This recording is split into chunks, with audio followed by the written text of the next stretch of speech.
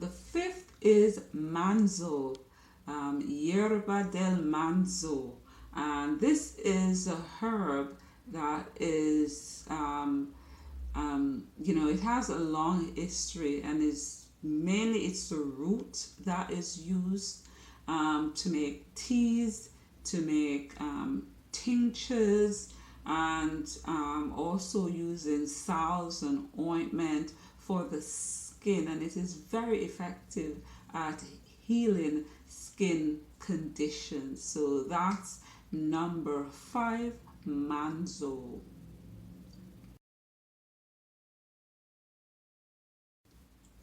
Number 6 is lavender. And lavender is also very great for the skin, and most of the time it's used externally. You can also have it in teas, but you could use it to make your fomentation salves, ointment for the skin. And so lavender, very good for the skin, number 6.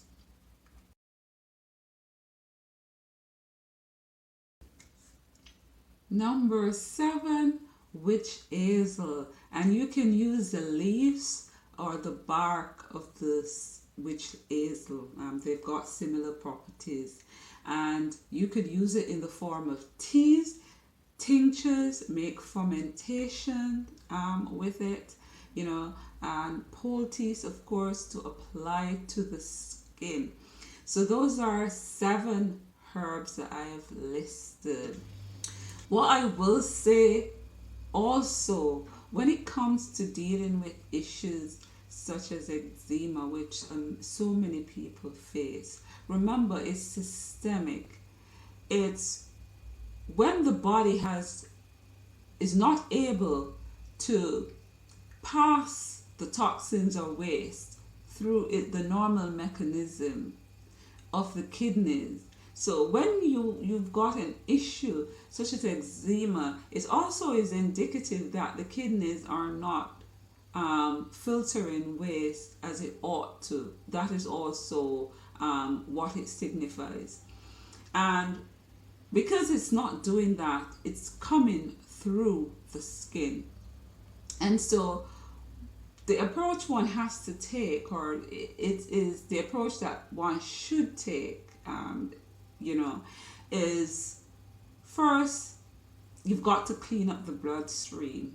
Clean up the bloodstream. You've got to ensure that the kidneys are filtering, and you could do that, of course, by many of the blood purifying herbs and tonic. You could check my blog. I have some spring tonic recipes. Those are great for, helping to clear, start cleansing the blood, and will also help with issues with the kidney, especially the recipe with the dandelion included, and of course burdock, excellent burdock.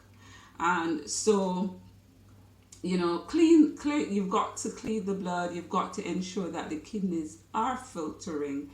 A mucusless diet is critical. No dairy. Oh my gosh, run from the dairy.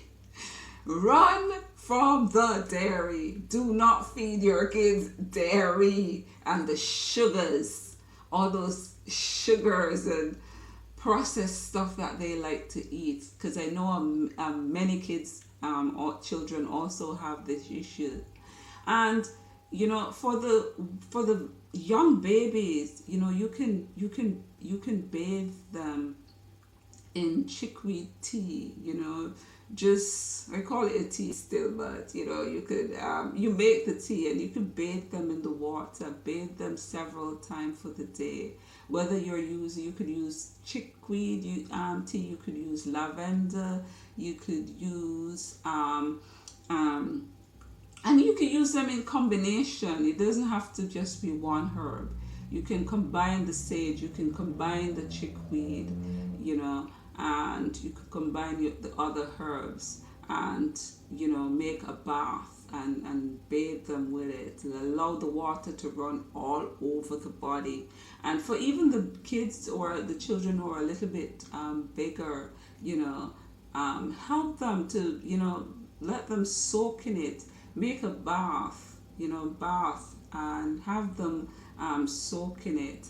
And adults, same thing. Do a bath, get the herbs, run that water, make it hot, put the herbs in, and as soon as the temperature is, comfortable enough, you go in and you lay down and you relax and let that seep into you.